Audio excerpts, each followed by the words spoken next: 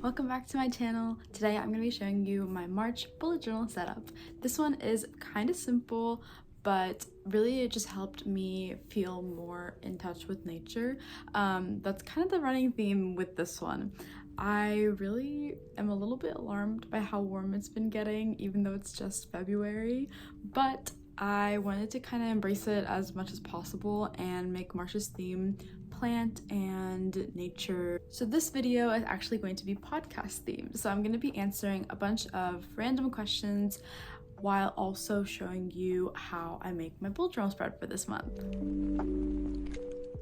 This month's bullet journal spread is really just an homage really to my last March spread that I loved from 2021. This was also before I was doing YouTube and everything, so I'll put a picture of what it looks like in here. But I really loved this spread because I think this is one of the first spreads that I did while continuously sticking with bullet journaling that made me love it so much.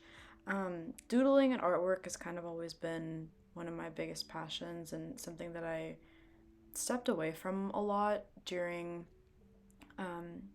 college and high school when things were getting really stressful. But now, since I've graduated, I have a lot more time, honestly, to relax and de-stress through drawing and doodling, and bullet journaling has always been my favorite combination of that because I've had the ability to combine my artwork with, keeping track of my life.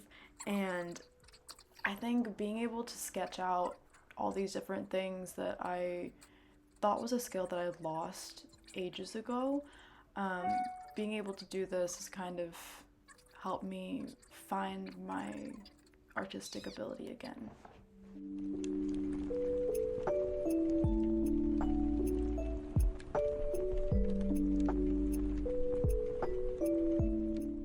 Starting bullet journaling can be very daunting, and I know it was for me, which is why recreating this March spread from my past one, where I really found my voice in bullet journaling, is very important to me, and kind of why I wanted to share what worked for me when making bullet journaling my own.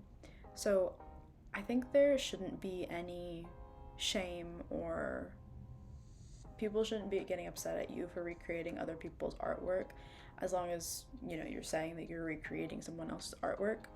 But starting off with a blank piece of paper and having absolutely no idea where to go from there, it's really daunting. And so, recreating other people's artwork is the best place for you to start. You will learn how to pick up the ropes on your own. You'll learn what looks good in your own artistic handwriting and what doesn't. And what I did after that was actually I made a Pinterest board of a bunch of different bullet journal pictures of things that I wanted to incorporate, whether that was something small like a scrapbooking page, or a theme idea for a month, or a layout spread. There's a bunch of different things out there, but being able to take inspiration from a bunch of different things and combining different pieces of other people's layouts into your own is what will help you start to find your own shape and your own voice through your artwork.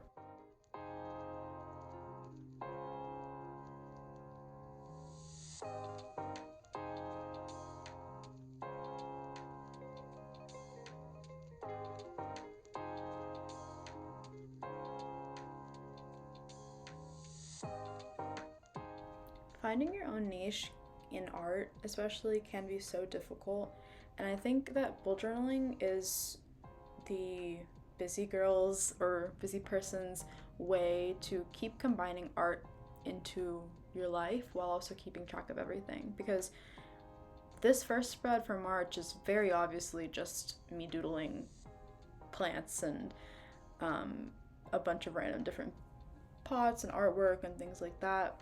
But as the spreads go on, you'll see how I'm able to combine planning my life through the monthly calendar, through weekly spreads, through habits and moods that I'm tracking for myself. It also sort of serves as a journal for me to look back on. I definitely do this with my past journals.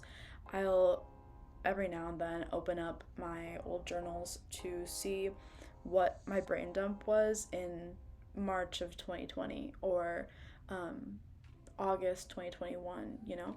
The intricate details of what you're thinking, where you've been, and all of that, it doesn't come naturally to remember everything, but having it written down serves as your own version of a time capsule. And being able to look back on that is something that the value of that can't be understated.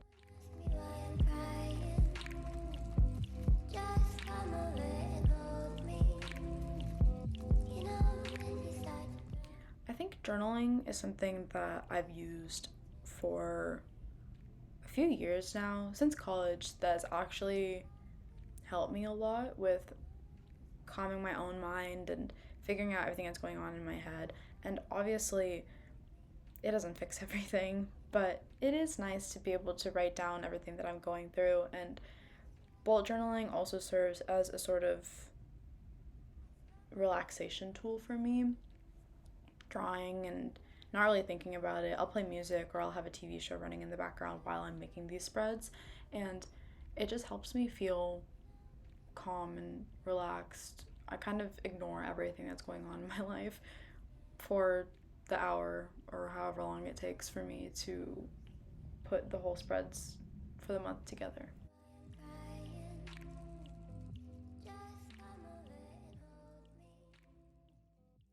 Switching gears entirely, March has been the month that I've found I wanted to try reading new books, watching new TV shows. I've been in a rut for the past like few months of me watching and rewatching the same things over and over again. And not to say that I don't love it, because I do love rewatching shows that I've loved. I'm rewatching them for a reason, you know? Like New Girl, Friends, Criminal Minds, even. I forgot how completely jarring Criminal Minds is, by the way. That show is so terrifying, but also really opens up my mind to figuring out all the terrible things that go on in the world. But I have always been a strong believer that it is far better to be well informed about something than have no idea that it's going on. Which can be a controversial take with all the stuff that Criminal Minds covers. But that being said, I started a new show called Dr. Slump recently. It's a K-drama, and I usually don't like a lot of K-dramas just because a lot of them are focused just on the romance. The plot kind of goes away if it was even there to begin with. And I know that that's something that a lot of people do love, but for me, it's not my favorite thing. But that being said, Dr. Slump is the perfect mixture of both those things. There is romance, of course, but there's also a whole lot of plot and intricate detail to the characters, besides just the main leads, that I really love. So I would definitely recommend you to watch that one if you haven't already, because it's a good one.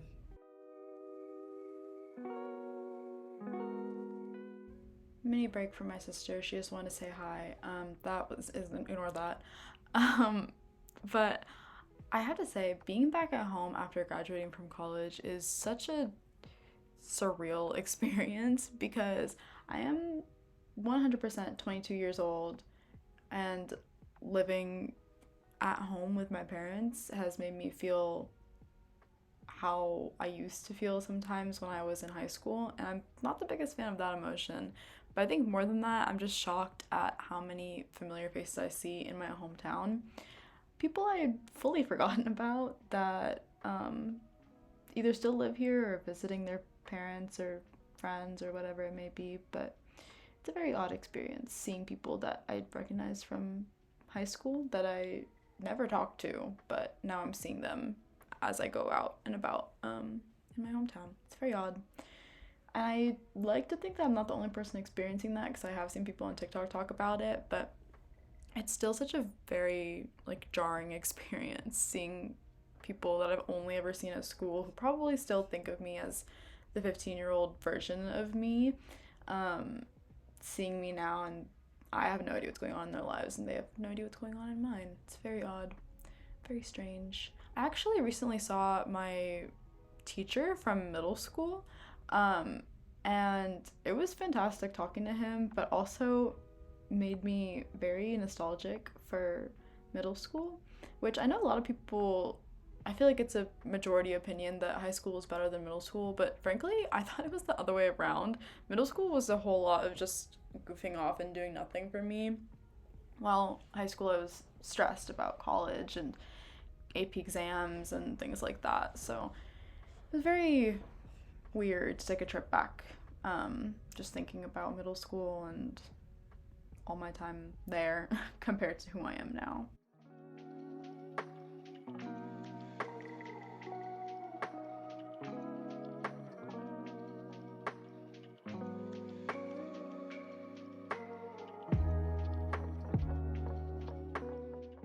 I kind of hate that it took me this long to start my YouTube channel. I think I was just either putting it off because I was lazy or very much distracted by college and all the workload that I had back then. But being able to do this, just talk and draw and look back at me drawing and talking, is so cathartic that I'm honestly mad at myself for not picking it up earlier. Also, if you are recreating this and doing this part, please make sure that the X-Acto knife or whatever you're using is good, and like you have something with cardboard or something underneath it, because I ran into a lot of mishaps when I was doing this, and I don't think the blade was very sharp, so it took a couple of retries to get it exactly the way I wanted, and I still made a mistake like you saw, which, by the way, and I've said this before, but mistakes happen with bullet journaling just like they do with art and literally everything else in life. Make the mistake, learn from the mistake, keep going. I still make mistakes. Honestly, sometimes I think that I used to be so obsessed with them because I am a perfectionist about everything, and that kind of hindered me from doing a lot and starting new things because I was afraid of not being perfect at it. But it doesn't matter. Just go for it. It doesn't have to be pretty, because when you look back at it, you're not going to be mad about mistakes that you find in it. You're going to be interested at the things that you had written when you were whatever age you were in 2024. Also, I can't believe it's 2024. COVID has seriously messed up my sense of time and my concept of myself and my age immensely, because I'm 22 right now, but I don't think I ever lived, like, I don't remember being 18 or 19 because I had both those birthdays during COVID, and I don't think I ever fully lived those ages the way that most people do, because I was stuck at home when I should have been at college having a good time with my friends. I did have a good time when I went back to school or moved back into my apartment junior year, but still, very, very weird time.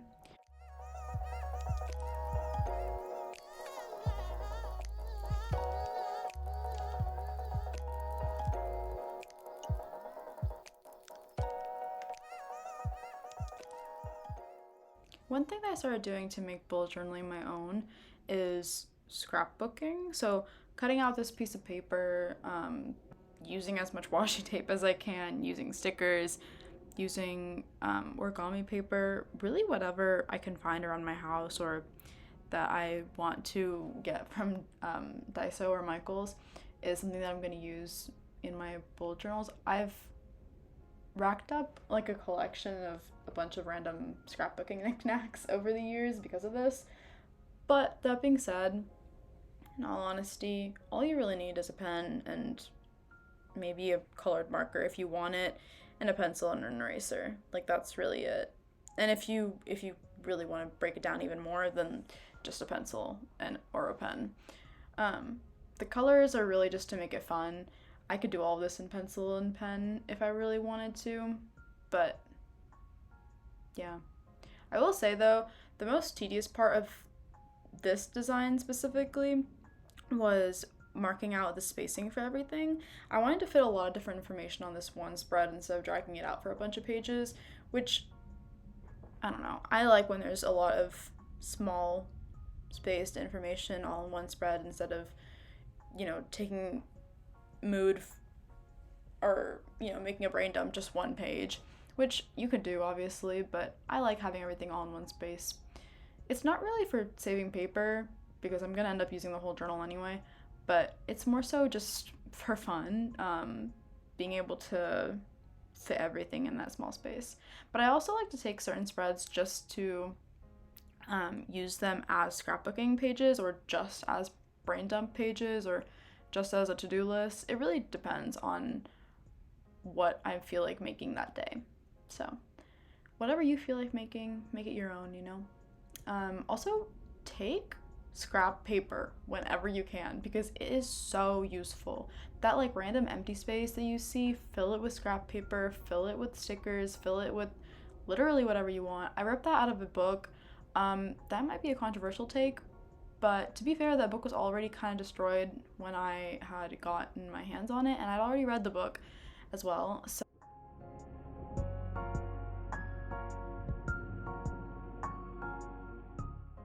I do usually do a double page layout for a weekly spread, but recently I found that a single page is enough for me, because I'll have a to-do list and then I'll just mark down what days I'm going to be accomplishing certain tasks. So that's helped me out a lot. Also, make full advantage of any free things that you can. I went to Home Depot a while back and bought nothing from them except for walking out with a bunch of free samples of these like paint chips, and they add a great pop of color to whatever scrapbooking spread that you're using. So utilize free resources as best as you can.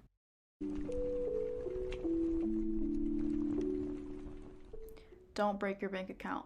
Make full use of all the free things you have around you, magazine clippings, paint chip samples, whatever it may be, because ultimately you're taking a bunch of random things that might not necessarily be cute on their own and then putting them together to make something really, really beautiful.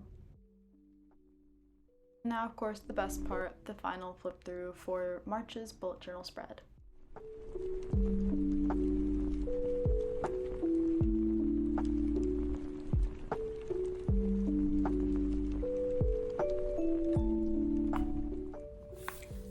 Me and my girl, she's so pretty. I like being able to use color pencils again, I'm not gonna lie. I was happy about that one. But I just want to say thank you so much for watching this video. I hope that you got some inspiration from it for March for your setup. If you're new to bullet journaling, I hope this was somewhat fun, kind of relaxed version of what bullet journaling can be for you in the future. Let me know ideas for April, because I'm seriously running a blank, and I hope you have a great rest of your month, rest of your week, rest of your day, rest of your everything, and I'll see you in my next one.